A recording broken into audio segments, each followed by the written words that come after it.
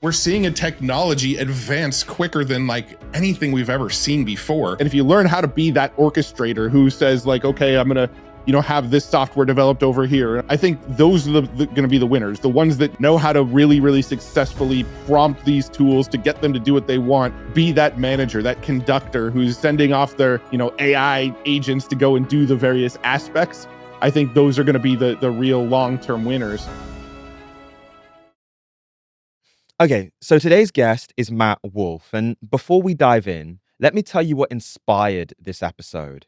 A few weeks ago, I'm at a coffee shop and I strike up a conversation with this guy sitting next to me. He's furiously typing away on his laptop, and it turns out that he's actually a consultant who helps companies use AI in their business operations. As we're talking, he tells me that people are making two big mistakes with AI right now.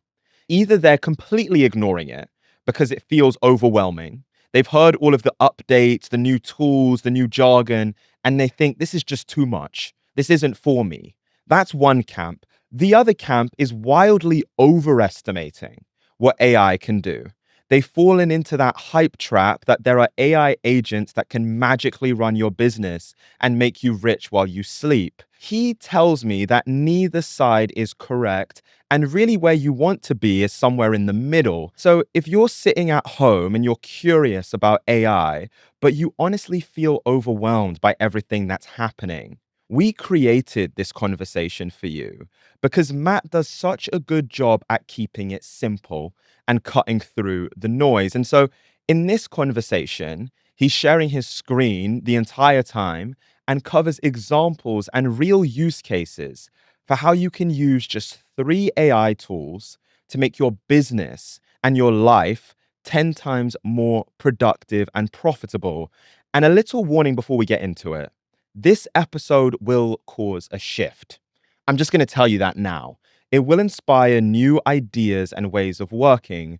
For me, I've literally changed entire workflows in my business based on what Matt showed me in this conversation, especially when it comes to Perplexity Labs. That part of the video blew my mind. Anyway, let's get into the conversation with Matt Wolfe. You're listening to The Callum Johnson Show. In my mind, you're like the AI reporter on YouTube. Like that's why I go to you. You have all of the latest news, the tools, you break down how to use it, how people can use it to make money or start their business or in their life. That said, though, we spoke a couple of weeks ago and you said something that was very interesting to me. And so I wanted to read it back. Mm-hmm. You said, I spend the majority of my time with ChatGPT, Perplexity, and Gemini. Those are the main tools that I go to daily. And then you said, I try out all the new stuff as well, but those 3 are what I rely on to get stuff done. And so here's where I wanted to begin. Mm-hmm. If someone's watching this video with the belief that when it comes to AI and all the stuff that's happening, they're just behind the curve. Like they're not using it. And meantime, they're seeing all of this hype and videos and content online about new AI tools. But for them, they're not even using ChatGPT, Perplexity, or Gemini right now. Right. I'm curious to hear what would be the value to that person of listening to the conversation that you and I are about to have. Yeah. So, I mean, I think a lot of people get overwhelmed with, oh my gosh, there's new tools coming out every single day. I'm hearing about all these announcements. It's moving so fast. And all of that feels like very, very overwhelming. But at the end of the day, I think, the point here is that the ones you've been hearing about, the Googles, the ChatGPT, and Perplexity, are still kind of the king of the hill, right? They're still the ones that you're going to get the most value out of. So all of this other stuff that's coming at you constantly, I think it's smart to sort of like stay aware that it's happening and that it's coming. But at the end of the day, you're probably not falling that far behind as long as you know like these 3 tools. These are kind of the big players that I use the most, that most people that are really deep in AI are spending the most time with. So I think, if you learn how to use kind of like these handful of tools, you're still going to be 90% ahead of the rest of the world who's not paying attention to AI at all. You know what's funny? I've had several moments recently and definitely over the last year where it's like I feel like a lot of people are having this at the moment. That first moment where you see what's possible with the AI, and it almost like rewires your brain in a way. You're like, it's just like mind blowing. And so you spoke about some of the developments that are coming with like automation and like even that that viewpoint of there's like AI agents that can start to generate you income.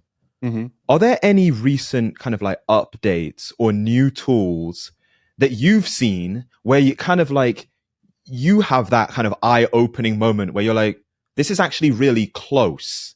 Like Yeah. what are some of the developments that come to mind? I would say the recent launch of VO3 out of Google was a sort of like oh crap moment for me of it's not too far off from AI actually being able to create content at a level that human content creators are able to do. I mean, you've probably seen all the viral videos floating around of like vloggers that were generated with AI, or like the ASMR videos where somebody's like slicing fruit and it's doing it all with VO3, or there's these like man on the street kind of interviews where people are walking up to people and asking them questions, and they all look very, very realistic. Now, I mean, a keen eye who's really used to AI could still spot that they're AI, but they're really, really getting close. And I think the next generation of these video models, the VO4, the VO 3.5 even, is going to get to a point where they're really going to start fooling people. I mean, right now there's as we record this, there's some like conflicts going on around the world. We don't need to get too deep into that, but there are videos circulating on places like X and Facebook that are not real videos, but they're showing weapons of mass destruction, or riots and things like that, that are literally AI generated videos that are fooling people into thinking that these are real videos from some of those regions. And that to me is probably the scariest part of it all. And also the part where when I started seeing some of the stuff from VO3, I was like, oh man, like we're even content creators are potentially in trouble in the near future, because I do feel like, and I don't want to go too far down like this like dark dystopian rabbit hole, but I do feel like a lot of the social media platforms, their goal is to sort of generate dopamine for people, right? The goal of Facebook and Instagram is to keep people scrolling and seeing stuff that is pleasing on the eye, that makes them go ooh and watch more of that. Well, I think we're only a year away from algorithms being able to create those sort of dopamine fixes for people with videos, that, and I really don't think people are going to care as long as like the video that they see is interesting and keeps them scrolling. I think eventually a lot of the social media platforms will cut out the middleman, which in our case is the creator. So I mean, there is some of that sort of like stuff that is like really, really eye opening for me, that where I go, this is this is kind of scary. I think VO3 was one of the recent ones where I was like, oh man, this is getting quite insane. Perplexity as well, that's one that I've started using more and more. They have a new feature called Labs, which does like deep dive analysis for you and then puts together all these reports with charts and graphs. And it, to me, it felt like what you would get if you were to go and hire like a $5,000, $10,000 consultant to go and analyze your business, and then come back and explain, here's everything I would do in your business based on what I know about your business. I feel like Perplexity can literally do what those like really expensive consultants can do. And there's a window in time right now where if you are a consultant, you kind of have this sort of low hanging fruit of you can go into businesses, have these tools do a lot of the research for you, consult for these businesses, and let these tools do like 90% of the consultation work for you. You're just sort of the sort of voice, the delivery mechanism to the company. You know what? Even as I'm listening to you, one of the things that comes to mind for me is that like these next 12 months are critical. Like so much is going to change that getting almost like that head start in the next 12 months will really set people up for like everything that's to come. And so I was actually watching a video from Dan Martell. He's like an Mhm. entrepreneur. And what he said in the next 12 months, the top earners won't be programmers, marketers, or salespeople. They'll be the AI power users, the people that understand how to prompt and interact with these AI models. And so I'm curious to get that's his perspective. I'm curious to get Mhm, your perspective from like a skill set standpoint. Like someone's mhm. just kind of getting into this. Where do you think for the next 12 months it's important that they focus on? I mean, I agree with Dan. I'm familiar with Dan. I've actually met him before, know him. But I totally agree with that sentiment. I think over time, what is going to be important is to learn how to be like an orchestrator, right? Like I compare it to like a symphony, right? You've got the individual players in a symphony. You've got, your trombone player, your violinist, your flute player, flautist, whatever you call it, right? You've got all the various players of the instruments in a symphony, and then you have the conductor who's sort of instructing all of them which to do. I think for most people, the value sort of moves up the chain a little bit, and it becomes the people who learn to be the conductors of all of these tools are the ones that are going to be the winners, right? Because I think AI will eventually be able to be your salesperson. AI will eventually be able to be your coder. It'll be able to be your graphic designer. It'll be able to be your songwriter that make the background music for your videos. It'll be your video creator, your video editor. I think a lot of this AI is going to be able to take off your plate to some degree. And if you learn how to be that orchestrator who says, like, okay, I'm going to, have this software developed over here, and I'm going to have this video created to promote my software, and I'm going to have AI generate a sales message that we know converts, and you're sort of conducting all of these pieces. I think those are going to be the winners, the ones that know the sort of landscape of tools, know how to really, really successfully prompt these tools to get them to do what they want, and can just sort of be that manager, that conductor who's going off and sending off their AI agents, AI employees to go and do the various aspects. I think those are going to be the real long term winners. It's not going to be the coders or the video editors or those kinds of things. I still think there's going to be a place for that. I still think people are going to want to do that for the craft, and there's still the enjoyment factor and all of that kind of stuff. I don't think those roles are going to go away completely, but I do think that the biggest winners are going to be the ones who learn how to use these tools, learn how to prompt them, learn, figure out the capabilities and sort of push them to the edge of what they're capable of to create systems and businesses that do their bidding for them, I guess you can say. Yeah. It's interesting. We had a guest on a couple weeks ago. She's an investor. She's invested Mhm. millions of dollars into startups. And what she said this is the biggest shift that we will experience in our lifetimes. And so that's just like in our life. But specifically in business, it's like, and even as I listen to you, it's the way that you actually build, people are going to build businesses, build brands is fundamentally going to change. And so you spoke to it with like being the orchestrator. Mhm. And so where my mind goes is that before we can kind of show people what's possible with ChatGPT and Perplexity and Gemini, we actually have to show them how do you be the orchestrator? Like how do you um, build and draft great prompts? And so what I did in the lead up to this episode, I Mhm. actually went to ChatGPT and I asked it for a 3-step framework to build like the perfect AI prompt. And so what I wanted to do is, and we can just have fun with this and jam Mhm. on it. I wanted to give you those steps, and then you can actually come back and give me your kind of like feedback and builds and how you actually go about constructing prompts in live time. Sure. Um, okay, so let's start with what it says is step one, which is aim the lens. It says first tell the model who it should be and what single outcome you care about. So, for example, you're my growth marketer, double my views and watch time on my Instagram reels. What is kind of your thoughts? Okay, so I have a confession to make. A few months ago, I had an idea for an app, but I never built it. Not because I didn't want to, but because I thought to myself, I'm not technical enough. I'm not a coder. I'm not a software engineer. Fast forward to today, we have Lovable, the sponsor of this episode. And Lovable is an AI builder that lets anyone, yes, even non coders like myself, build full stack apps from a single prompt. You just write out and describe what you want, and Lovable turns that into real working software. There's even a chat mode, so if you get stuck, you can just ask it.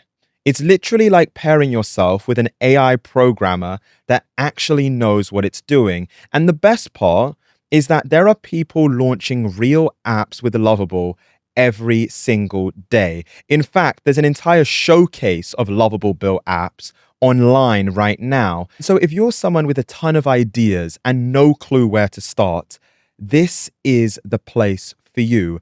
Go to the link in the description, start building with Lovable today. Thank me later, and let's get back to the episode.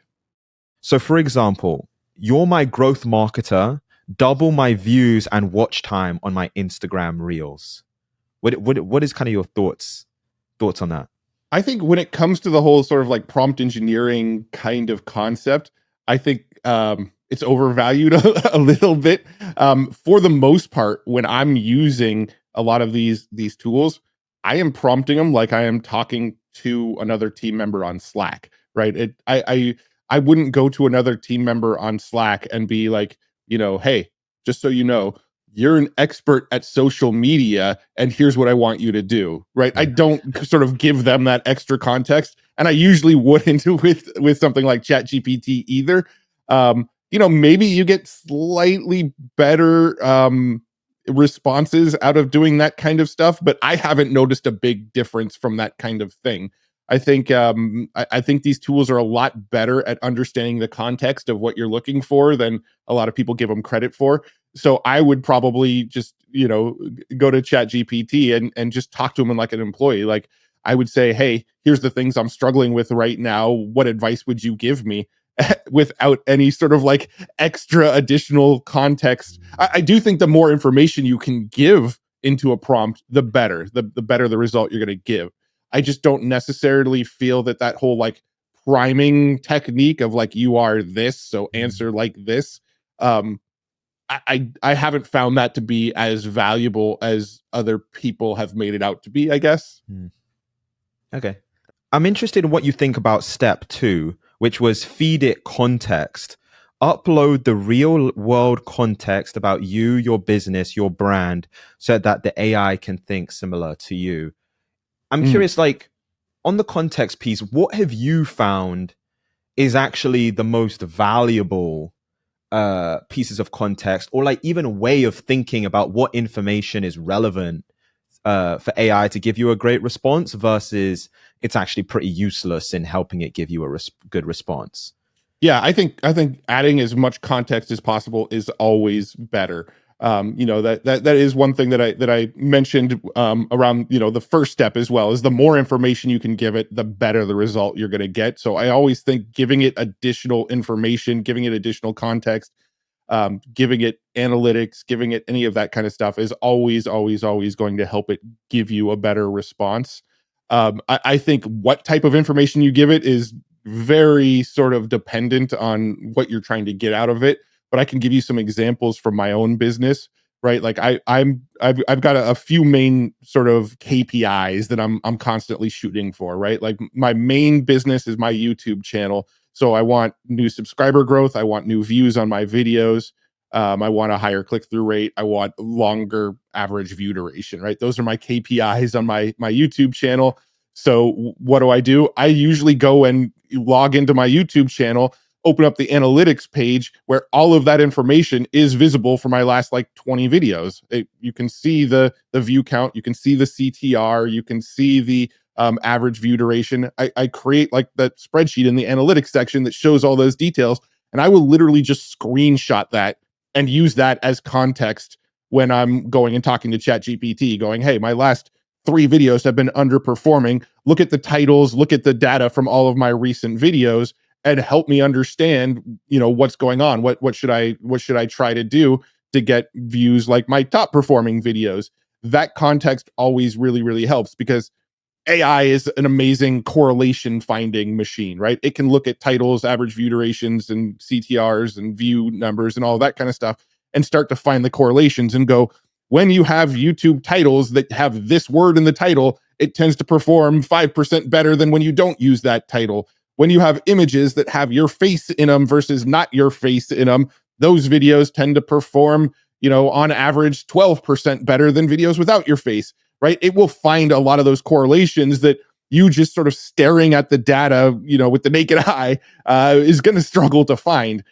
So that kind of additional context is always really, really helpful. If you're using it to help with writing, right? Like maybe you want it to assist you with blog posts, giving it 10 of your most recent blog posts that you actually wrote that AI didn't write, and then letting it know that the style that you uploaded is how you want it written. Now, this is my voice. This is the style I want it written in.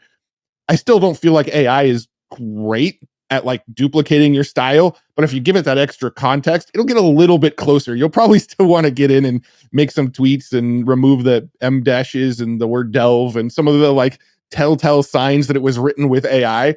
But giving it that context of here's my writing style, I want your response to be similar to my writing style. It'll get closer to your writing style for sure.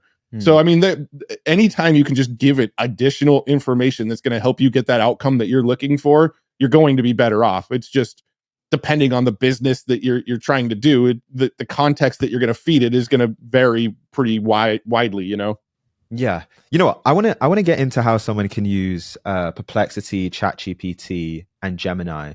But Hmm. before we do, I'm curious to hear like your thought on why do you think that, especially when it comes to building businesses or marketing, we have such a curiosity, such a fascination. Right. Like why do you think that is that people sitting at home are like, okay, I need to get in on this? Okay, quick pause. This episode is brought to you by Square. And so let me say this. The other weekend, I'm walking through this little street market in New York, and I come across this woman that's selling her own fruit juices. They're fully branded, they've got labels, packaging, everything. Super simple setup, but you could tell that she had built it with love. When it came time to pay, I hesitated for a second because there was no card reader, there was no tip jar, there was nothing. And so I asked her, I was like, how do I actually pay you? And she just smiled and she held out her phone and said that I use Square to take payments. And so I'm standing there and I'm like, okay, this is crazy. This woman has built her own product, is selling it just with her phone and then taking payments on Square to run her business. Now, that's the power of Square, but it's actually far more than just a tool to take payments. They also manage inventory and even run the entire back end of your business, all from one platform. And so if you're starting something or even just dreaming about it, Square makes the experience of building your business so seamless and so easy. So go to square.com/go/Callum Johnson to learn more. That's SQUARE.com/GO/Callum Johnson to start using Square today. Thank me later and let's get back to the episode. Like why do you think that is that people sitting at home are like, okay, I need to get in on this? I think I think it's sort of the nature of like this exponential technology.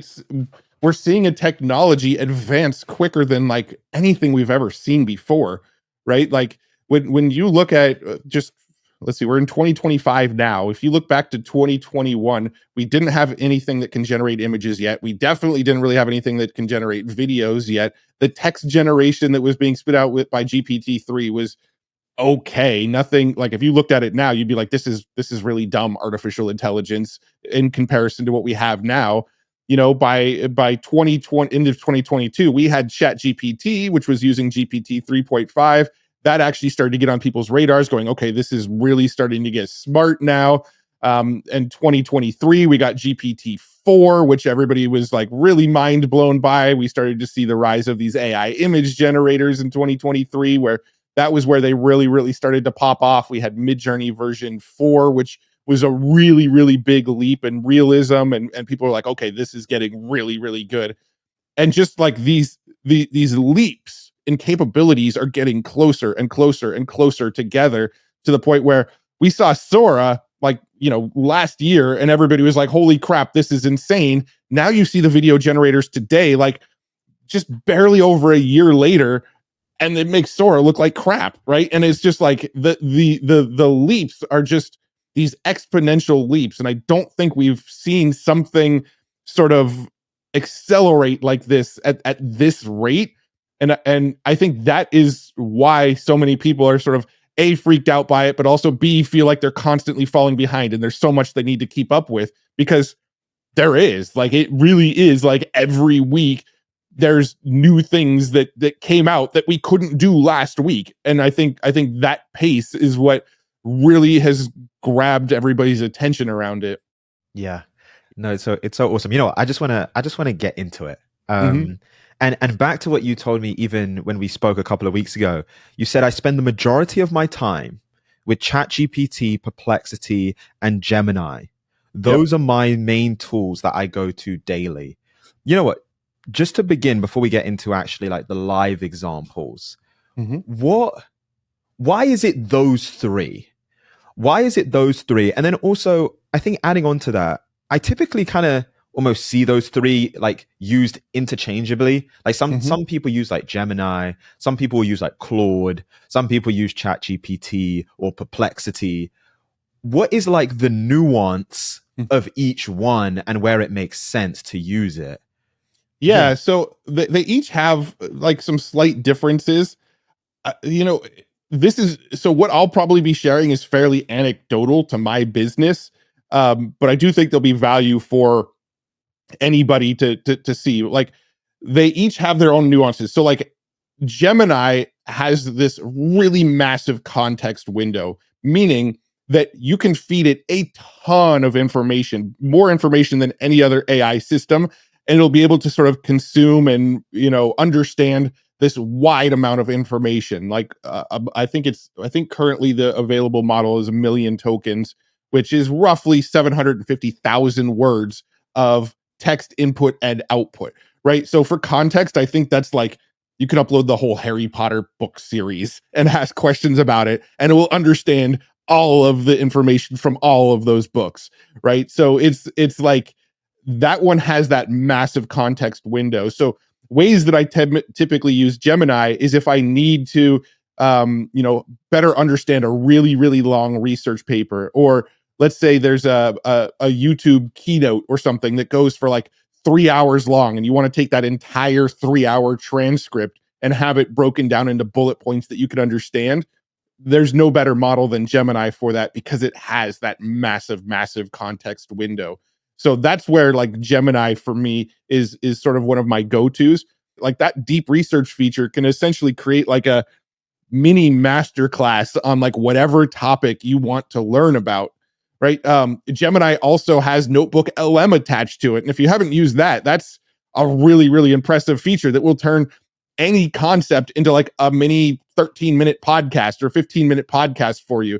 So you can take like these long documents of deep research that you've pulled up, or you can take an article that you found on TechCrunch, or any content at all, throw it into Notebook LM, which is a Gemini product, and it will make a podcast about that. So if you don't want to go and read the latest research paper or read all of that research that Gemini found for you, you can have a 10 to 15-minute podcast generated for you. And next time you're driving to the office or whatever, put on the podcast and listen to all the information that it round up for you in a very sort of like two-person discussion based podcast where they talk about that information they found.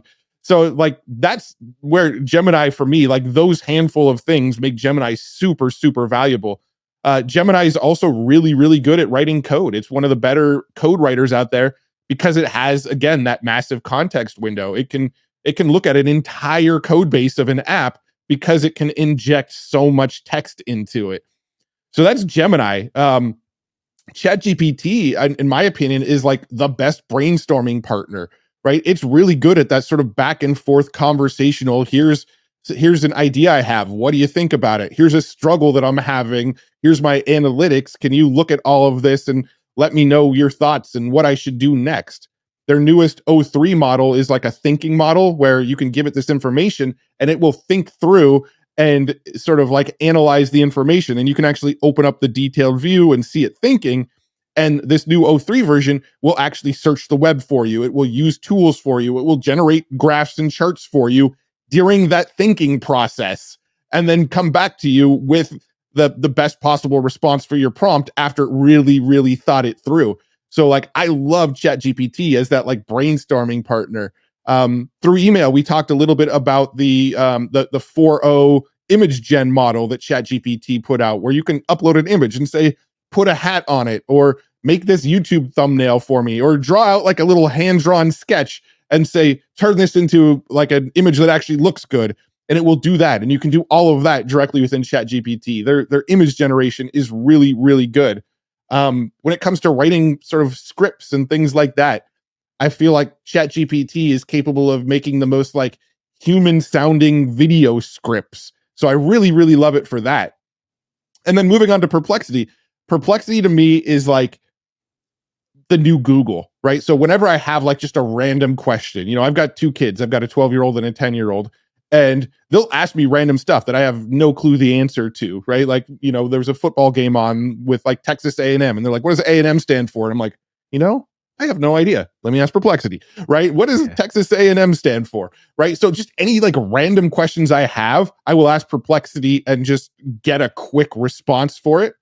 But they also just rolled out like this new labs feature, which does like deep analysis. And I'll show you some screenshots of that in a couple of minutes here. But like it does this deep analysis of whatever you ask it to do analysis on, and searches the web for you and watches YouTube videos for you. And similar to like Google's Deep Research, their labs product will do similar stuff, but it actually comes back with like even more visuals and even more cited sources. And it will draw up graphs and really give you this like detailed analysis that like you feel like you got it from a consultant or something. Perplexity is also really, really great at troubleshooting things. Let's say you're using Windows and some sort of bug keeps popping up and your app keeps crashing. Going to Perplexity and saying, I'm having this issue. How do I solve it? I haven't found any tool better than Perplexity that can go and search the web and watch tutorials for me, and look for articles that this problem has popped up and sort of get me over that hurdle. So yeah, I mean, that's pretty much the ways that I use each one. They each have sort of like nuanced uses. But that's pretty much the sort of grand overview breakdown of how I use them. See, I'm glad that we're having this conversation, because for me personally, I only really use ChatGPT right now. But Hmm. then as I'm listening to you speak, I'm like, okay, I'm thinking of some use cases for Gemini. I'm thinking how I could use the new Google in Perplexity. Right. So you know what? Let's just get into it. Um, and so we can start with whichever one you want to start with, Hmm. Matt. But for that person that's listening at home, that I don't know, they want to start a business, they want to build something, or they want to grow their business, get more customers, more revenue, like whatever the thing is. I'm curious to understand and for you to show us like how you're using these tools. Hmm. Hmm. And I think similar to the experience that I just had, people will start kind of ideas will start firing and kind of coming to mind of how Yeah. they Yeah. can use it in their specific use case. Sure. Yeah. So I would say if you're just going to pick one of the three tools, I think you probably are going to get the most bang for your buck out of ChatGPT.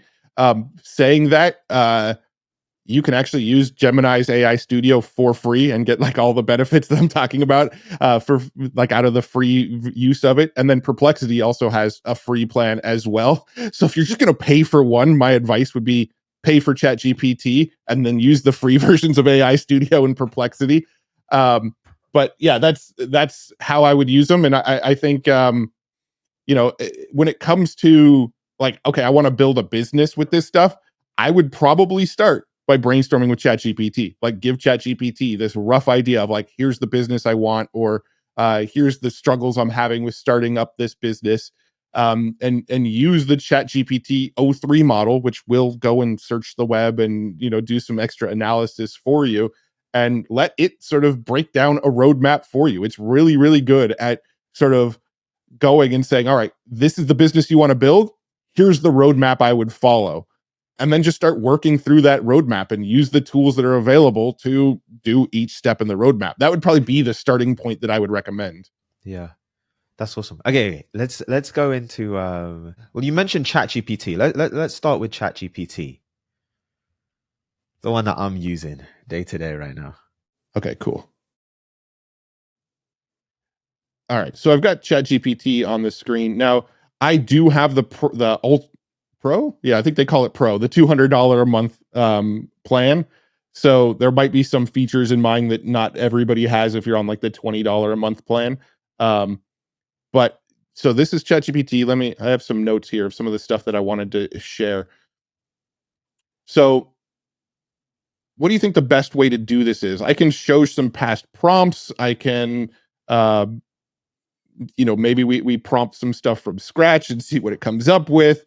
What's the sort of flow I, you want to go with here? I think let's start with, because I'm curious to see like how you've been using it. So let's start Mm-hmm. with some of your like past prompts, and then maybe we can also we can like brainstorm or think up some like fresh things, and even as I see your prompts, maybe it'll come to mind like some fresh things that we can do on the spot for people as well. Sure. Okay, so we can actually see this is one that I did. I'm actually not sure what date that I shared this or I did this one, but this video is really underperforming on my channel. What should I do to optimize it to boost performance? Right, like super simple prompt, not a ton of extra context. You can actually see here's like the screenshot with the thumbnail and the title for that video.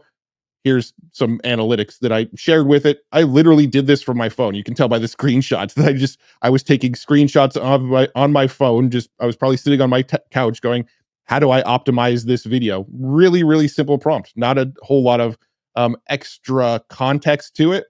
This was using the ChatGPT o3 model.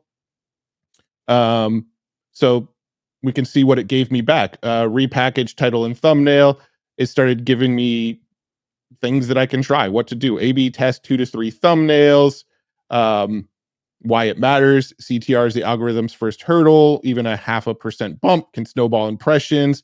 Shorten the title and add urgency. The current 78 character question gets truncated on mobile. Shorten it.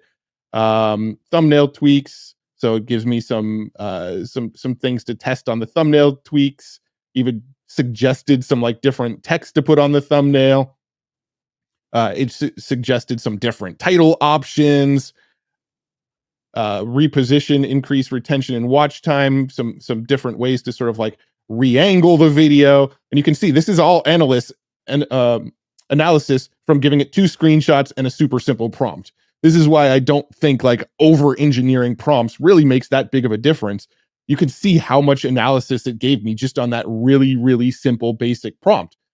And here's the thing about ChatGPT as well, is ChatGPT now has memory. So it actually remembers all of your past conversations. So it remembers conversations I had with it last week about videos underperforming, or this video did really, really well, or whatever conversations I had about my business or my YouTube channel. That memory is still there. So when you're chatting with it now, it will remember like, oh, last week we talked about this. So that's additional context that I should use in this discussion now. So that is all happening as well, which is another reason I don't think the over engineering of prompts is super, super necessary, because it does have a lot of the context of what you've previously chatted about with it. But you can see here's all sorts of just like, this is the type of information that if you were dealing with a consultant, they would probably give you based on that information about your video. So it's Yeah. giving me things to do differently on my next upload. It tells me what metrics to shoot for, aim for going from 4.8 to 5.8% click through rate, improve the first minute retention. And then at the bottom, it gives me a nice little TLDR that I can use. So that was all a super, super prompt. Just quickly to jump in, Matt. Mhm. Um, okay, so and to your point, it gives such a detailed response, and so I think any sort of like analysis or review or like feedback on work, especially if you're like a marketer or you're trying to grow, even if you're not a marketer, you're just trying to grow something and you want to improve over time at a craft, it can give you great feedback. Here's where I'm actually curious to kind of dig into your brain and your experience on this, Matt, Mhm. is you put in a pretty simple prompt and you got like this long response on the other side of it. Mhm. When you're reading through the response, how are you deciding, okay, this is what matters, this is what I'm going to ask it like follow-up questions on, this is the part that I'm actually going to use in like my work moving forward? I guess once you get this long response, how are you actioning off of that? Yeah, so I mean, I'm literally going and using a lot of the suggestions that it gives me, right? So if it's telling me to split test these thumbnails or maybe try this title instead, like these ones, I will go and test some of these alternate titles. I'm just sort of reading it all. I mean, how I sort of disseminate it and decide what's important, I feel like that's a bit subjective, right? Like everybody's going to sort of interpret it different and find value from different pieces of the information. But for me, it's just like a sort of like grand learning experience. Like with every video I put out, I want to get better and better and better. I want to figure out how to do better titles, better thumbnails, better engagement, better retention. I just want to get better every single time. So with every single video, I'm essentially generating like a little mini lesson of what I should learn from the results of that video so that next time I make a video, I have a little bit more information going into that video. I would say a lot of times when it comes to YouTube specifically, there's only so many things I can tweak. It's hard for me to go back and re-record parts of those videos. It's already online. It's too late now. So I'm taking the stuff that I can actually take action on, like, trying a different title, trying a different thumbnail, maybe I don't really think description or keywords matter that much on YouTube, but maybe it'll suggest things like that I can actually tweak now. But it's also giving me new insights on how to approach my next video in line as well. So that's kind of how I'm looking at it. I mean, you can see my follow-up prompt. The original title of this was focused on AI safety, and I said I don't do a lot of videos about AI safety. I was wondering if the topic just isn't sexy enough, and then it sort of analyzed that and said, yeah, maybe let's try some new angles instead of the AI safety angle. And it started suggesting some different angles, like deep fakes and election chaos, AI powered cybercrime. So instead of focusing on the big picture of AI safety, it's saying, maybe talk about one of the elements of AI safety, like deep fakes, like cybercrime, like agents that are spending your money or the loss of jobs. Lean into those type of titles instead of the bigger grand scheme of AI safety, right? So it for me, it's just like a ton of insights that can help me maybe slightly optimize my current video, but will probably make my next video do even better than this video, I guess, if that makes sense. Yeah. No, that's awesome. I wanna key in on one thing that you said, which I think is so important and it's been valuable for me. And then I actually want to go to the image generation stuff that you can do with ChatGPT. Mhm, Um, but before we do that, you spoke about it being like the way that you look at it is it's like a learning experience. mhm, And it's interesting because a year ago I spoke to someone. We had Dom Ashburn. mhm, He goes by Mr. Grateful online. mhm. Um, and that was like the first conversation that we'd ever really had about AI. And like I was just starting to learn about it. And he said to me, he said, the biggest mistake that people make is that they treat ChatGPT like it's Google. And so Mhm. if you think about how you use Google, you just put in, it's very transactional, right? You're Right. like, what time does this store close? And you're like, it gives you a very transactional response. It closed at this time. Yep. You want something, you get exactly what you asked for. There's no like building on the conversation. And so he said to me, he goes, ChatGPT, it's like a conversation, right? Right. So there's back and forth. And so even as I'm just listening to you and we're going through this thread, you're actually, once you're getting a response from ChatGPT, you're elaborating with like kind of maybe some thoughts that you've had yourself, like, oh, maybe it's the safety topic isn't the one, or like Yeah. certain struggles that you've had, very similar as if you were having a two-way conversation with a human about a certain problem. Exactly. Um, Yeah. Again, it's like if I had, I do have a producer that I work with, and him and I bounce ideas off of each other. And I say, hey, maybe it's not working because of this, and he gives me some feedback on it. I literally use tools like ChatGPT in the same way. I say, here's what I'm seeing. What are your thoughts? It gives me a response. and then I respond with, or maybe it's this. What do you think about that? And I get more response back, and we further go deeper down the conversation. Now, saying that, I do think there's still a lot of value to having those kinds of conversations with humans, because Mm. a lot of times AI will be fairly agreeable and kind of Yeah. tell you what you want to hear. That is kind of the case with AI from time to time. So I do still think it's valuable to get human input and human feedback on this kind of stuff. But from a very sort of like analytical, we're looking at the numbers, we're looking at what worked for other people, we're looking at what's worked for you in the past, and we're finding those correlations. I don't think a human is better than AI at that kind of stuff. Yeah. It's interesting. I had to do this recently because what you say about AI being too agreeable is Hmm. exactly correct. Where like every time I would give it like a certain insight or thought that I had, I'd get a response that would begin with, "This is the most brilliant thing that you've Yeah. said yet." Or like it was just Yeah, too yeah. nice. And so I actually I got it to save it in its memory. I'm like, just give me the honest, blunt assessment, and imagine that you're like that friend, that friend that they just tell you the truth. Even they know that it might like hurt your feelings or it might piss you off, but they just give you the truth. I was Yep, like, yep. imagine you are that friend. And that Yeah, has yeah. like slightly it's slightly less agreeable now, which I like. Yes. You can definitely give it that context. I like to often in my prompts say, be brutally honest, don't Mm, be nice, that kind of stuff. And it'll be a lot more honest with you, and it will tell you hard truths. I mean, one of my favorite prompts, because it has memory now and it remembers a lot of the conversations, is just to go and say like things like, based on our past handful of conversations, what's a gap that I'm not seeing, but that you're recognizing based on our conversations?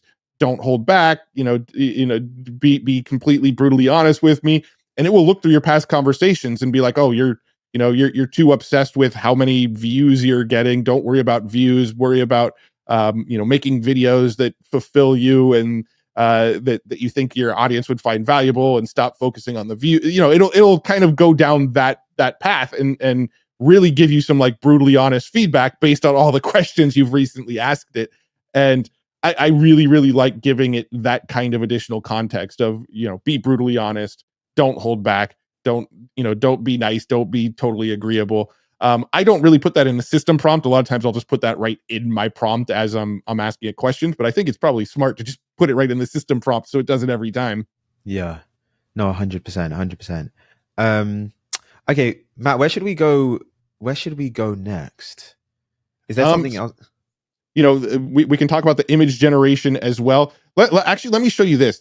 I think is really valuable as well. I've actually created a shorts writer inside of ChatGPT. So I put out shorts on my YouTube channel and my Instagram reels, and I've gotten to a fairly systematic point now where they're coming out. I don't know. I think about 4 times a week. I'm putting out a new short, and pretty much all of the shorts are actually written by AI. So I'll actually even show you my system prompt here. So this is projects, right? You can see on the left side of my screen, these are various folders. These are called projects, and inside of each project, you can give the project custom instructions. So these are instructions that only prompts that I enter within this project will follow these custom instructions. So these instructions, I've got that you're an expert YouTube shorts and Instagram reels. Shoot for 45 to 50 seconds with the video length. Create video scripts that will be 1 minute or less in the style of the scripts in the project knowledge. So I actually uploaded a bunch of scripts in the style that I want. Use this transcripts in the project knowledge to determine a consistent formula behind the video scripts. Then use the details about the video idea inside of the prompt to create a video about the details in the prompt and the style of these videos. I mean, it's a pretty long prompt, so I don't want to read the whole thing. Yeah. But I basically put together this entire in-depth prompt of, I'm going to give you like a news article or an article about a new piece of technology that just came out. I want you to write a script for me that would make a good short, right? And then I uploaded a bunch of various transcripts from shorts that I liked from other YouTubers. There's some short transcripts from Cleo Abram in there, from Callaway, from I think Roberto Nixon is another one. A handful of my favorite shorts creators. I grabbed the transcripts off of their YouTube transcripts and used those and said, here's some styles that I like. Find the prompt basically said, find the patterns in these, like what makes these shorts do well, and then write, when I give you a news article or a new piece of tech or something, write a short that's a very similar formula to the formulas that these people use, and give me that script back. So now I can give it, I literally don't have to give it any extra prompt. I can just find a news article or a PDF file on like anything. Let me see if I have one real quick to even like demo it. Um, let's see here. You know what's interesting? I just think because I have this as well. I think a lot of people, and maybe they're even sitting at home watching this, they want to put out more content online or like on their Instagram, maybe even like on YouTube or TikTok. We always hear about people talking about like you can build an audience on TikTok. And so it's like it just streamlines that process, like it accelerates that content creation process.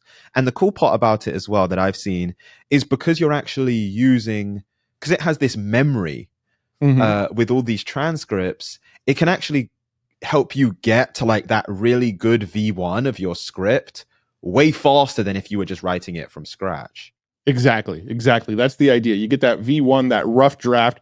So here's the paper for Alpha Evolve, which is a recent Google announcement. That's an AI algorithm that writes AI algorithms, right? So literally all I did was upload this PDF, and because I have all the custom instructions and the examples of the types of scripts I like, I don't have to give any extra prompt. I could just submit this PDF. That's it. I'm just giving it the PDF with no additional prompt. And that custom instruction is telling it what it needs to do with that. I actually left it on 03. I actually think 4.0 is better for doing this. But you can see now it's writing a script for me. Just quickly as it's writing it out, because I think this is really helpful context, and I'm actually curious to know as well. How do you think about the different versions of ChatGPT? So I saw, for example, you just shifted from what, 03 to 04, and then there's obviously 03 Pro. Like, how are you deciding which one makes sense to use in which instance? So for the most part, I'm mostly just using 03 and 4.0. Those are really the only two that I ever really use that much. 03 is a lot more analytical. So it's going to think through if there's like, if it needs to figure out some logic or find some correlations in data, or even if you wanted to create like charts and things like that for you, 03 is probably going to be the one that you go to. 03 Pro is kind of the same as 03, but it's going to think for a lot longer. So if it's like a more complex issue that you needed to help you solve, you would probably move up to the 03 Pro model. But for the most part, 03 I find to be good enough.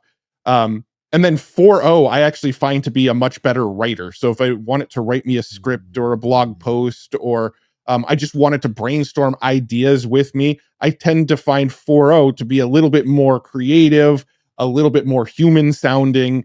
It's better at those sort of like writing and creative tasks that it works out with you. So that's the way I look at them. 03, if it needs to be analytical or find correlations or work with data, 03 is my go-to. If it's for writing or creativity or brainstorming or that kind of thing, 4.0 is my go-to. So you can see on this one, I used 03 for it.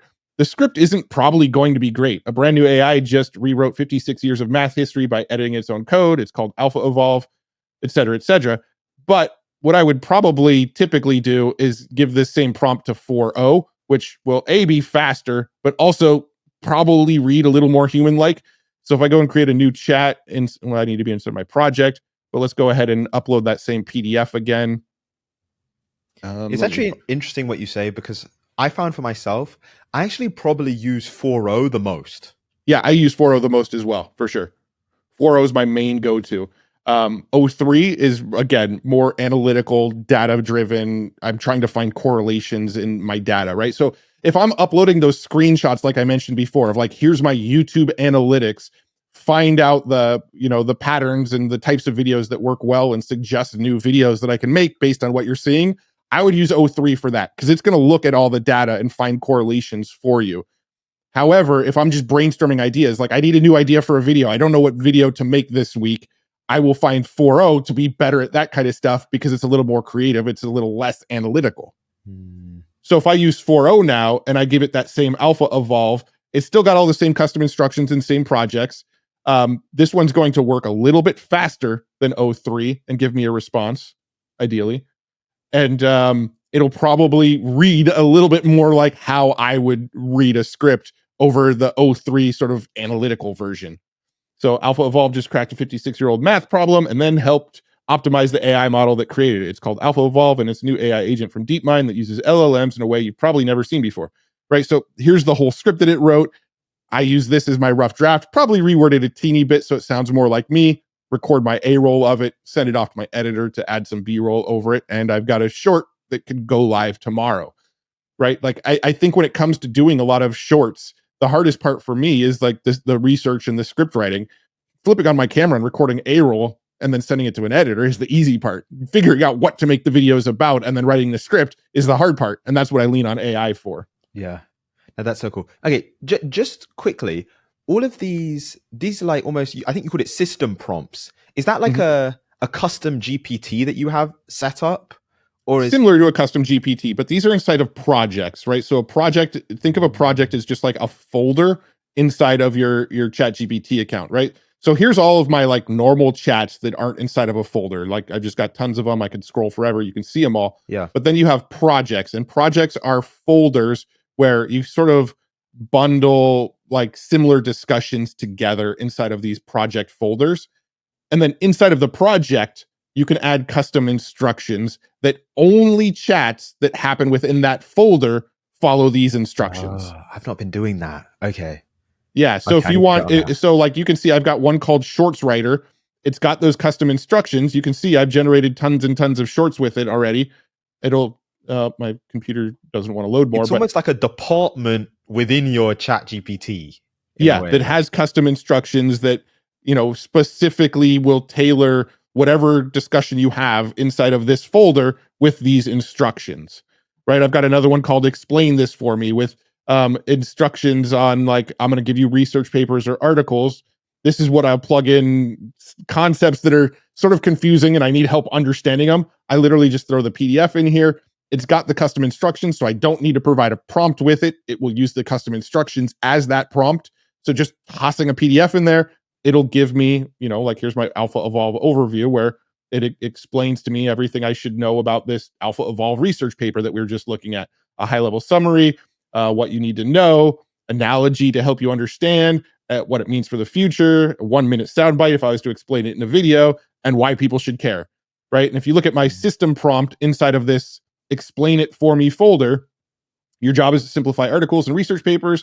You're an expert at making complex topics sound simple and using analogies to help people really understand something at a deeper level.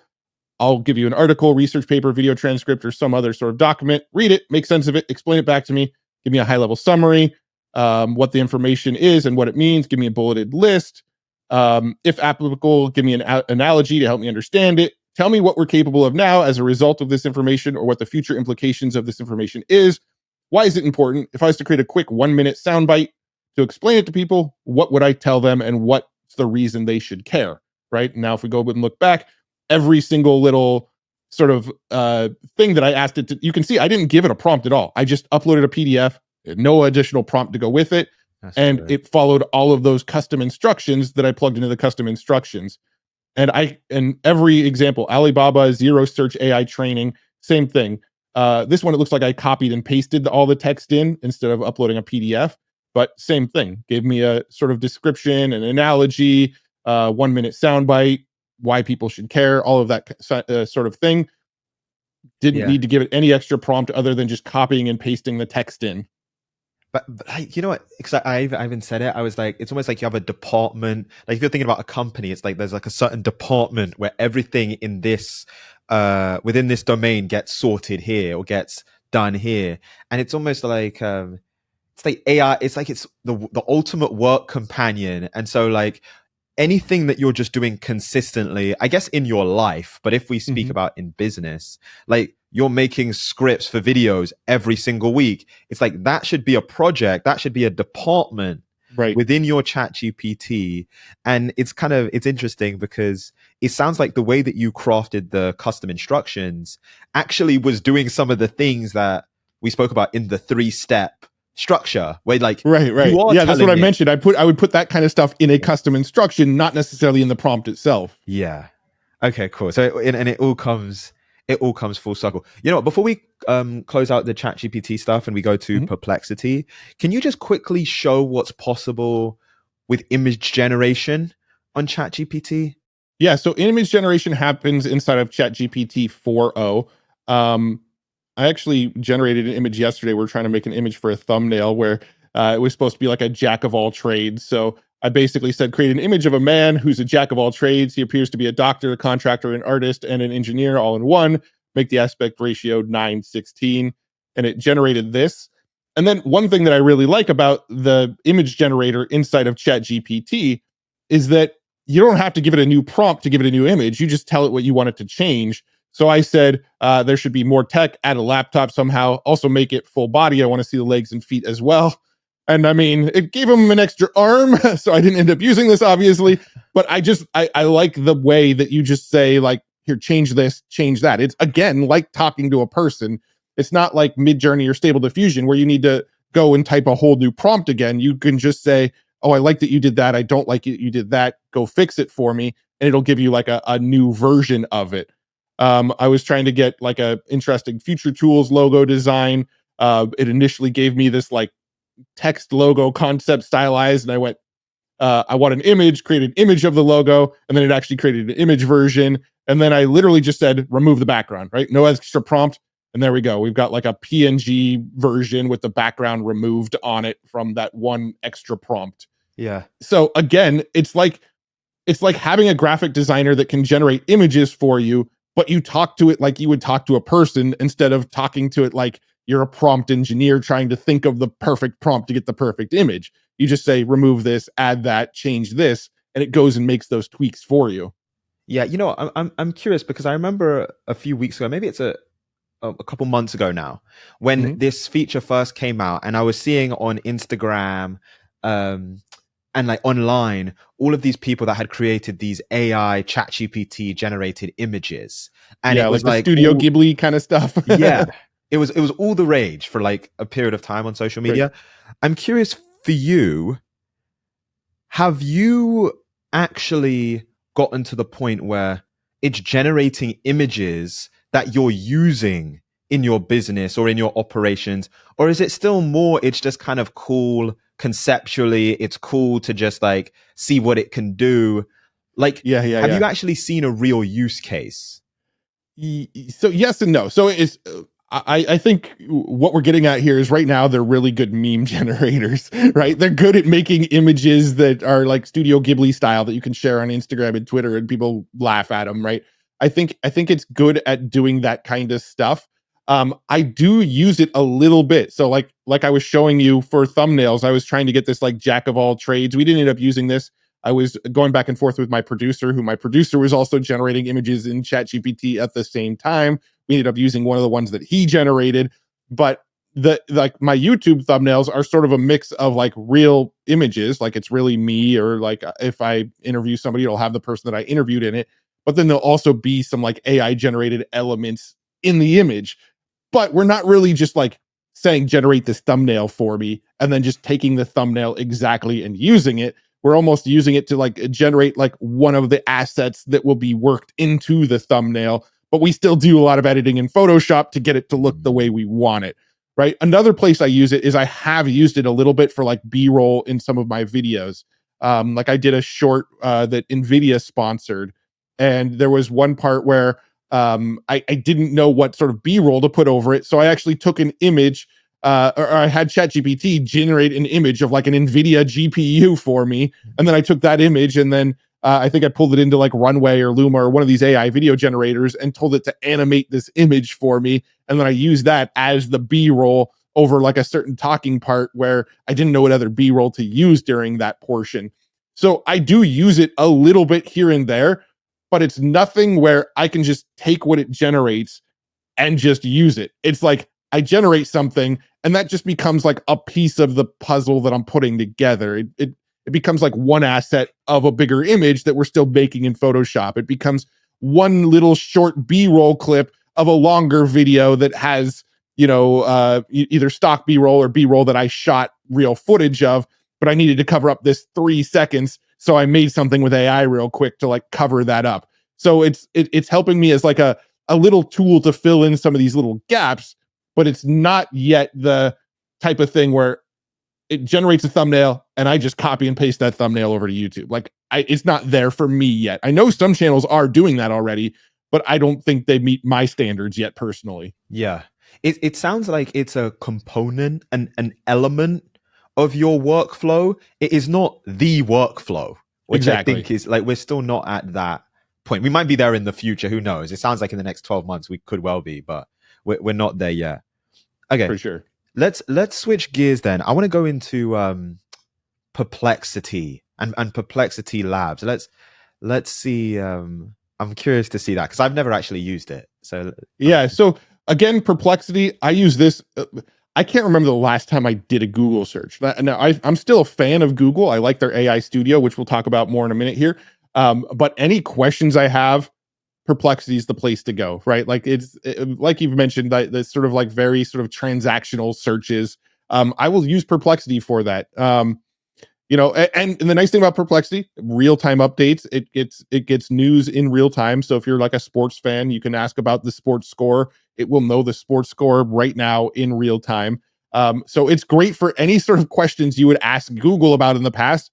You can now go ask Perplexity, and it will work just as well. And even like the lazy Google searches that like people might do, like best digital camera, right? I'm not even asking it a question. I'm just putting in what I would put for like a Google search normally, and it will give me probably a better response than what Google will, because it's going to go and look at all of these all of these sources that know about cameras. It will search the web, it will watch YouTube camera reviews, it will do all of that kind of information, and then come back with its sort of analysis of like, all right, you've got the Fujifilm X-T5.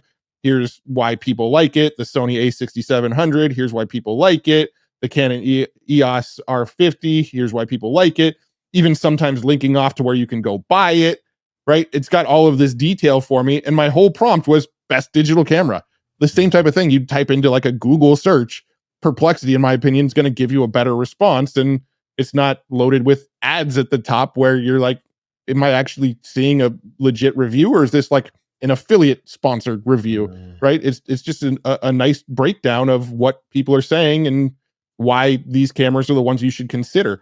So that's sort of like probably the 90% of how I use Perplexity is literally how I would have used to use Google.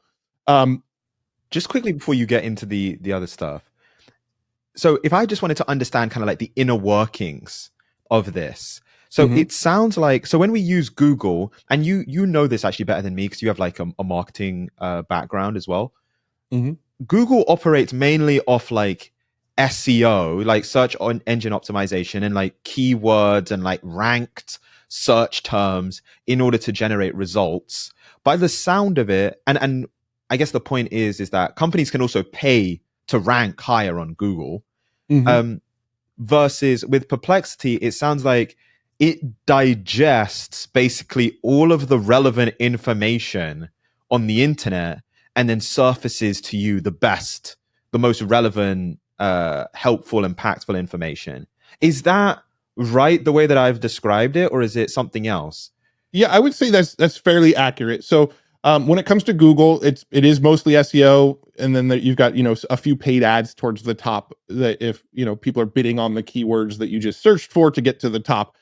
The way you can look at Perplexity is it's almost like Perplexity goes and does the Google search for you, reads the top 20 articles that came up on a Google search, and then comes back to you with its findings, right? So Perplexity behind the scenes is still using a search engine. It might even be using Google. I'm not 100% sure, but it's still using a search engine behind the scenes. It's going and doing this search for you and essentially clicking into the articles and reading all of the articles that it finds, and then coming back and summarizing its sort of analysis of everything that it found from doing that search for you. Interesting. All right. So it's like sort of eliminating that step of, after you do the Google search, clicking in and opening up all of the articles to read and figure out like what people are saying are the best cameras. It's doing that, clicking into the articles for you and then summarizing its findings. Interesting. All right. Sounds like I have to start using Perplexity after this. Okay. What about Perplexity Labs then? If this is like the 90% of how you use Perplexity, what is Perplexity Labs? So Perplexity Labs is like, it will do this sort of deep research analysis, and then come back to you with like a report that is actually an actionable, usable report that you can sort of take actions off of. Like it's almost like a consultant that will search the web, write code for you to generate charts and graphs, find resources for you, and sort of bring it all together for you in like a single report. Now, to run one of these, it usually takes a good like 10 minutes. It's like a pretty in-depth process. So the best thing I could probably do is show you one that I've done recently. Yeah, let's see it. So here's an example. Analyze viral YouTube videos and successful channels in AI to identify patterns of success, content strategies, engagement tactics, and audience appeal. Provide actionable insights for content in this niche. I really want to focus on view counts and retention. My channel is the AI focused channel called Matt Wolfe. You can also look at my top performing and worst performing videos to help with the analysis and tailor your advice specifically for my channel. So basically, go look at all the AI channels, including my channel, figure out what's working, what's not, give me a report back. And then you can see the report. It actually generated charts. Just quickly, Matt, are you uploading? So like what we spoke about with ChatGPT, are you uploading context in there, like your actual analytics, or you're just telling it, go search the internet and figure it out? Go search the internet and figure it out. So it can actually go and look at my YouTube channel. I don't even need to give Perplexity screenshots in this scenario, because it will go and look at the stats on my YouTube channel for me. So no additional context other than that prompt that you just saw. You can see that in the sources, it went and looked at my YouTube channel, but it also looked at some other YouTube channels as well. It searched 62 different sources. And you can actually look at all of the sources. It's looking at other people's YouTube channels. It's looking at my YouTube channel. It's pulling as much data as it can find from around the web. It's looking at, let's see, how the YouTube algorithm works. Interesting. It looks at all sorts of stuff, backlinko, audience retention tactics. So it's looking at data. It's looking at articles that teach you how to be better at YouTube. It's looking at other YouTubers, top 10 AI YouTubers you must follow in 2024. So it's doing this research on what other YouTube channels should I be looking at to help with my analysis. And then when it comes back, you can see that it has a really, I'll just kind of scroll it real quick so you can see, but it's got this analysis with charts and graphs and some, even some like, here's some thumbnail kind of concepts that you can try to play with. And here's a video production workflow that you can follow. And all of this stuff was all generated off of that one initial prompt here. Again, it took about 10 minutes to generate, but you can see here's, my worst performing videos get about 43,000 video views. My medium performing, like I guess the average is around 207,000 views. My top performers get around 824,000 views when I publish videos. And it sort of breaks all that down in text right here. So it starts off by sort of breaking down, here's what your channel's doing now. Here's the analysis of how your channel's doing, the performance patterns, the top performer characteristics. It starts to show off like what types of content does better on the channel, research paper, AI news and tools. Actually, I think this is like all AI channels, because you can see it's looking at AI explained as well, and some other 2-minute papers. So it's looking at other AI related channels and showing like, this is the type of stuff that does well on those other channels, puts it in chart form for me. And then it starts to give me like actual, strategies. Here's an engagement strategy. Here's a title optimization strategy. You can see like, it's telling me these keywords are the most effective. So when free tool is in the title, the effect score is 9.5. So videos that have free tool in the title tend to do better than anything else. Tutorial tends to do pretty good. If I have the words numbers won't, it seems to do well. All the way down to like compare does not as well as others, or historical doesn't do as well as others. So it's actually finding keywords that when I use those words in my titles, the videos tend to perform better, right? Yeah. So I'm doing this kind of analysis on my YouTube channel all the time to go, how do I optimize? How do I improve? How do I get better? And it's probably one of the reasons my channel continues to do decently well, is because I'm constantly looking for, like, how do I optimize this? How do I make this better? And these AI tools are literally the secret. These are the keys. These are the tools that I'm using to do this analysis here. Thumbnail and visual strategy. It's showing some like effective thumbnail ideas. I don't know if these were AI generated. Like, if I'm not actually sure if Perplexity generated these or if they found them online, but it shared some examples of some images that you can use. Gives me first 15-second strategy I can follow throughout the video, AI content specific tactics, a content calendar strategy. Here's that video production workflow. So create the creative brief, write the script, plan and schedule, shoot the videos, conduct interviews, record voiceovers, edit the video, gather feedback. And it built out this whole workflow of, here's the workflow to follow. Then it gave me immediate action steps for weeks 1 to 2, short-term strategy for month 1, long-term optimization for quarter 1. And again, all of this was just from this original prompt. That's all I gave it, no additional context. So Yeah. that's what Labs does. It's like, here's my question, and it becomes like this consultant for you and just gives you all of this information that you would want to know, pertaining to the prompt that you gave it. Yeah, it's so good. You know what? One of the things that instantly came to mind, because one of the questions that I get from people the most often, or I know that people are just thinking through, is like, what business do I start?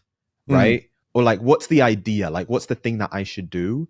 And my response is always like, that's a very personal thing. Like, right. there's people that are successful in a number of different fields. You kind of have to decide. But a key component in deciding that is, and it's funny because I was having this conversation with my brother a few weeks ago, Mhm. is you do kind of have to do this analysis of like the competitive landscape. Right. So The if you're thinking, viability of the project. yeah, 100%. So like if you're thinking about starting a YouTube channel in the AI space, or you're thinking about starting, I don't know, a skincare line or like an e-commerce brand, it's like, before, and I know this because this is what I did when I first started. I first tried to start a clothing line 10 years ago, and I spent 6 months doing this, was like researching what are other clothing lines doing? What's the first product that they're launching? What price point? And like, it took weeks to compile all this information. And so the thing that instantly came to mind for me is like, you can now do that process that took weeks Mm, of like the competitive landscape within a few minutes. And it yeah. probably does a better job, honestly, than what I would have done. Exactly. Yeah. I mean, with something like Perplexity Labs, you can go and say, like, I'm trying to figure out a new business to start. Here are my interests. I want to make sure it aligns with my interests so I actually enjoy what I do. Help me think of viable business ideas that aligns with at least one of my interests that I just listed off. Right. And it will go and do all of this analysis for you and try to find business models around your interests and, sort of analyze the viability of those. Is there an actual market out there for that product or for whatever ideas it comes up with? And it can do all of that analysis for you in one shot, just with a single prompt. Yeah. It's so good. And you know what? Because one of the things, and I know that I've done this wrong, one of the biggest mistakes that people make, they build a product when there's no demand for it. Like there's no 100%. market for it. And so it's like, to your point, it's like an instant solve for that, because it can tell you like, okay, there is actually a demand. There is a market for this. Like companies are already doing this. Yeah, and I think we're in just to speak into that point too, though. Yeah, a slight sort of counterpoint. I guess not really a counterpoint, but like right now is a time where it is easier to test products quickly and move on if they don't work. Yeah. Right? If there's a sort of niche or a product that you want to explore, it's really really easy right now to create a MVP, a minimum viable product, right? Because you can use AI to code up a simple app that solves a small problem. Go and buy some Facebook ads to it, see if people buy it. If people don't buy it, move on to the next thing. Or you can go and use AI to help you write a new newsletter on a specific niche. And you go and buy some Facebook or Twitter ads to it. If the newsletter grows and you can see that people are actually interested in this topic, then cool, let's pursue it. If not, let's move on quickly. I don't think there's ever been a better time to sort of test and rapidly iterate and see, will this work? No. Okay, let's move on to the next thing. Does this work? No. Okay, let's move on. Because it's so much easier, so much faster to create things and sort of like just test it out, test the waters, and get a feel for whether or not it's going to be viable. I think it's super easy right now to sort of test the viability of things. Yeah, I think it's such a good point, and it's interesting that you say this because we just went past like the 150 mark for like how many episodes we've done, Hmm. and every guest that we've got on the show is like built something successful, like built something phenomenal, and it's interesting because people ask me like, what's like the common pattern or like what's the thing that you've learned from interviewing all of these people? And I would say one of the biggest common traits that I see is that they're constantly, to your point, firing off these little tests, Right. launching these little things here and there. And in the second that one gets like a signal, like it's an anomaly, it gets more impact, they launch it and it's like they get that bit of that spike to it. There's Right. some sort of metric which is like it's just out of the ordinary. They go all in on that Yep. idea. And so AI and a lot of these tools is making it way easier to do that. Where like you can Absolutely. get to your point, you can get to the V1, like the first version of your product or business or idea really fast, test it, see if there's something there, and then if there is, you can quickly iterate. Yeah, exactly. And get feedback really quick, right? You can get input from users really quick, get data really quick using AI on how things are doing. I think that iteration process, that testing process the time to figuring out whether this idea is going to work or not is shrinking. And I think AI can really help with that kind of stuff. Yeah. That's awesome. You know what? Quickly, just before we go to Gemini AI Studio, Mhm. when you interface, so when you went from just using Perplexity to Perplexity Labs, that's like Mhm. a special section of Perplexity you have to click into, or it just will automatically. Yeah, so down here, there's some options. This is on their pro plan. So the Perplexity Labs is, I believe, you have to pay their $20 a month pro plan to Mhm. use the Perplexity Labs. So if you're just on the search, this is free. Anybody can search inside of Perplexity, no problem. The thing that I showed you, best, digital camera, whatever, that's all free to use. But if you want to use this Labs, it looks like it's on the paid plan. You might get a certain amount on a free plan, right? So you can see it's got pro enabled, 49 queries remaining this month. So when you use Labs, they give you a certain quota. Mhm. I think maybe on the free plan, you can use Labs a couple times a month for free. Yeah. I think there's a certain limit of amount that you can use for free, but I don't know off the top of my head exactly what it is. Okay, cool. Now that's awesome. Okay, let's quickly show people Gemini. Cool. So Gemini, there's two places. This is something that Google's not the best at, but there's two places that you can use Gemini. There's Gemini.google.com, which just looks like a chatbot like ChatGPT. And this one, the only time I ever go to Gemini.google.com is if I want to use their deep research. And deep research is kind of similar to what you would see with like the labs that we just did, but without the graphs and a whole bunch of like the sort of data. It's going to give you more like source information. It's going to look at a whole bunch of articles and sort of write an essay for you, essentially, that you can open in a Google Doc. And I find this really valuable if I'm about to do like an interview with somebody, right? Like when I was about to interview Demis Hassabis from DeepMind, I used Deep Research and said, I'm interviewing Demis Hassabis. I want to ask him questions that nobody else has asked him before. I want to make sure that my interview feels novel and we're not sort of treading on ground that he constantly treads on already. What should I be asking him? This will go off for like 10 minutes and find all of the information it can about Demis. It will, actually watch transcripts from other interviews and find all right, here's some novel questions that you can potentially ask him. I don't think I asked any of the questions that came straight out of Gemini, but it's sort of like gave me concepts to lean into when talking to him, right? Like, I don't really like the way it worded the questions, but it came up with some good concepts of like, here's a topic you can dive into with them. Here's a topic you can dive into with them. And deep research is really, really good for that. Like, I have a podcast as well called the Next Wave Podcast, and I pretty much do this for every guest that we have on. I have Gemini go and run a deep research on that guest so I can get as much information about that guest as I can to sort of decide what sort of path to take the interview down. Mm. That's absolutely awesome for that. Let me see if I have any. So this is probably one that I did here. So I was at Cisco Live. I was telling you that before we hit record, and I was interviewing one of their executives, DJ Sampath, and I actually did some deep research on it. And you can actually see as I scroll here how long and how much data this deep research found on DJ before I interviewed him.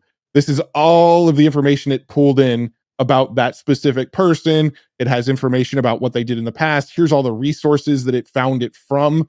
What they did in the past, what they work on at Cisco, what their main initiatives are, what they've recently announced, basically anything it can find on this person, other interviews they've done, questions they've been asked, things like that. And then what's really cool about this is since it's Google, you can just click export to docs. And let's see, if I click And share it this just creates a tab, Google Doc for you. it just Wow. created a nice Google Doc with all of this information with a table of And contents. it's all So I could, structured. yeah, it's all structured. It all looks nice and clean. And I've got all of this information that, I could easily read on my iPad or print out or, do whatever I want to do with it. But this is actually a process that I use every time I'm doing an interview.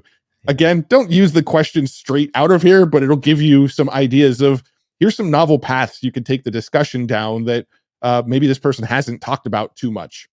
Yeah. You know what comes to mind for me? Because that's actually like, I'm sure for a lot of podcasts, that's actually like a job role. Like you Mhm. have a specific person on your team that goes and does research. Right. And it feels like this just does it. You can do this on the free plan, or is it like a paid version that allows you to do this level of research on I Gemini? believe it's similar to Perplexity, where there's like a limit. Like you might get a couple deep researches a month on the free plan, but Yeah. then you need to be on the pro plan to get more. That's interesting though. So you're saying that for you, you actually don't have anyone on your team specifically who just does research. You'll just go to one of these AI tools and that kind of gives you everything. Yeah, yeah. I mean, basically, I have two producers. I have a producer that produces the Next Wave podcast, and I have a producer that produces my YouTube channel with me. So I'm working with them. I do all of this research, and then I work with my producers to narrow down, like, all right, what topics are we going to lean into? Where are we going to take this? So I still work with another human, and we sort of narrow down on what the conversation is going to be, or what the video is going to be about, or how we're going to like angle it or tell the story or whatever. But the actual research and going and doing all the digging for us, we don't have another person that does that. We use AI to do that, and then me and my producers sort of figure out what we're going to do with all this information. Interesting. So let me go back here. So I mentioned there's two places to use Gemini. You have Yeah. Gemini.google.com, which is the one I just showed you, but the other one is called AIstudio.google.com. And AI Studio is where I actually use Gemini the most. And this is all free. You can use all of this AI Studio stuff, no cost. It's like meant to be like a sort of playground demo area. So if you're a developer, you can test the various Gemini models to decide if you want to use their APIs in your software, right? Like that's what it's designed for. It's designed for developers to test these tools out. But the benefit to us normal consumers is we get to play with all the Gemini models for free, even if we have no intention of ever using their APIs.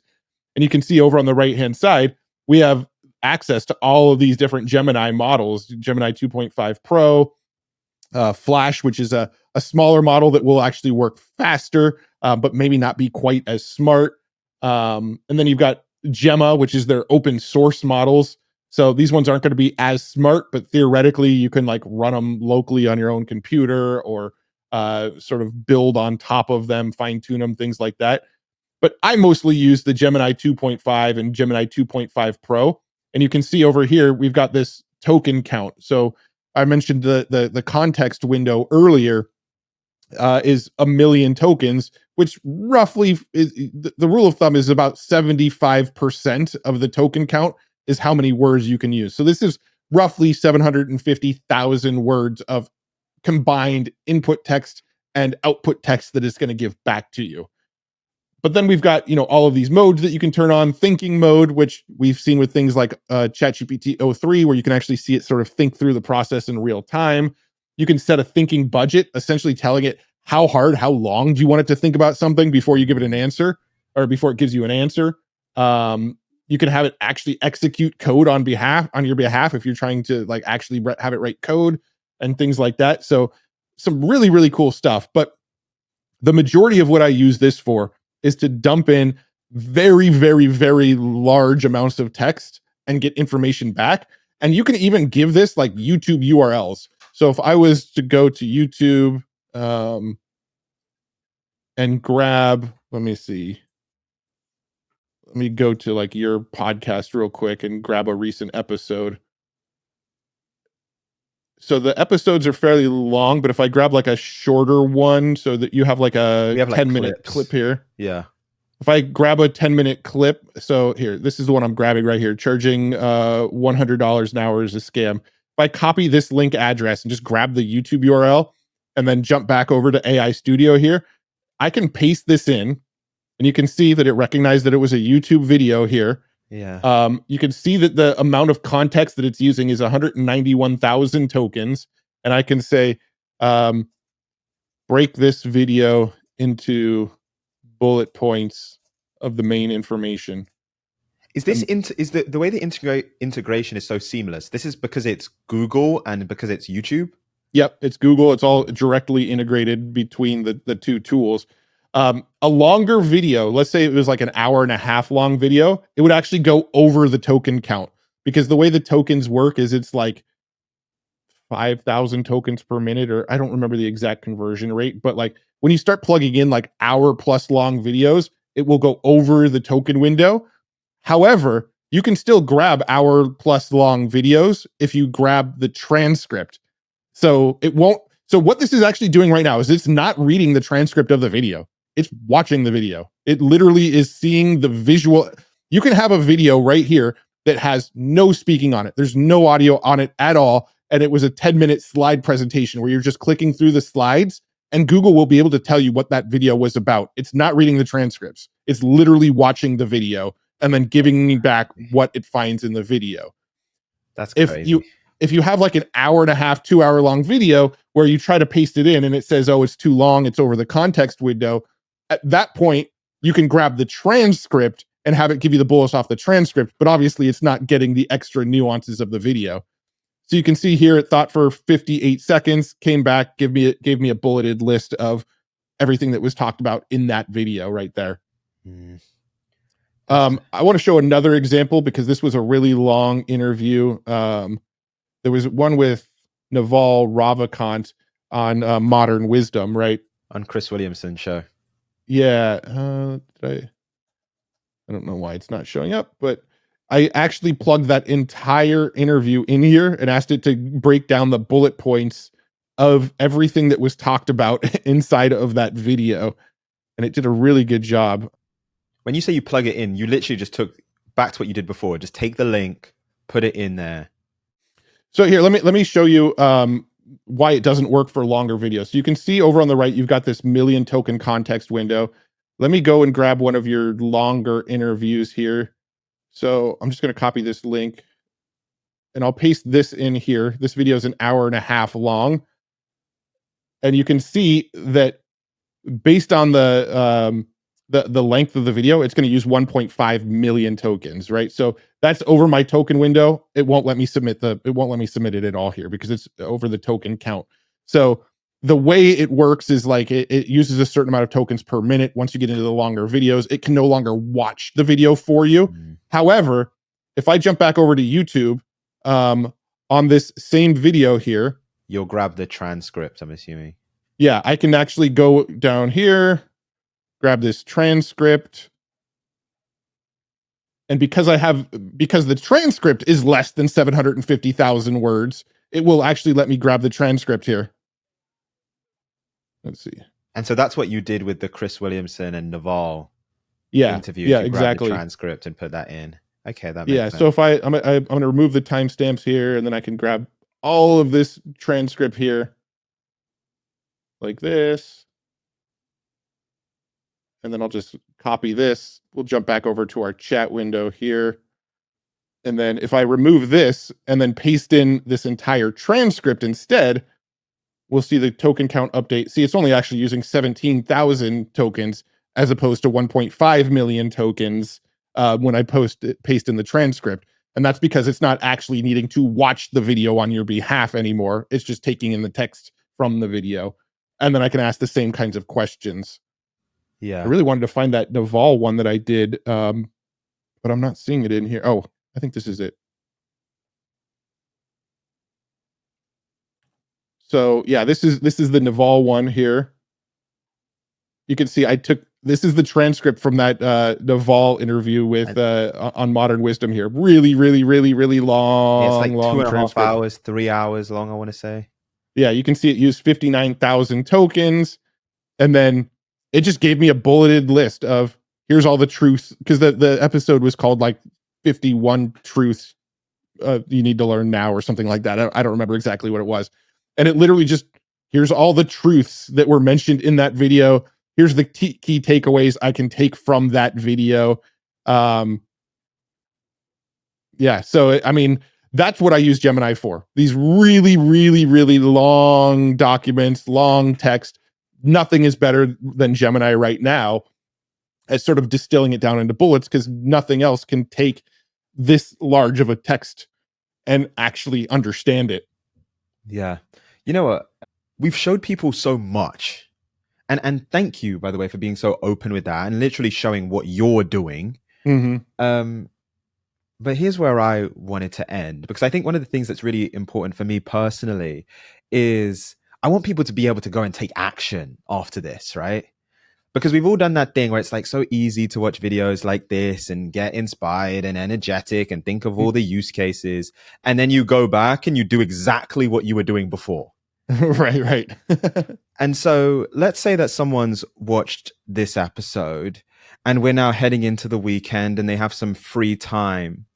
Um, if you just had to give them one thing to do, one thing to focus on, which is like, if you do this, you're going to see some impact in your life or in your business or whatever you're building. And Mm-hmm. that's going to be kind of like the first step to maybe, who knows, one day they're using it as much as you're using it. Give me, what would be that one thing, that one piece of like that challenge that you would give someone listening of like, okay, just start here and everything else will kind of just follow behind that. I would say so for me, again, ChatGPT is probably like the number one that I would probably start with. I would go to ChatGPT, use ChatGPT 4.0.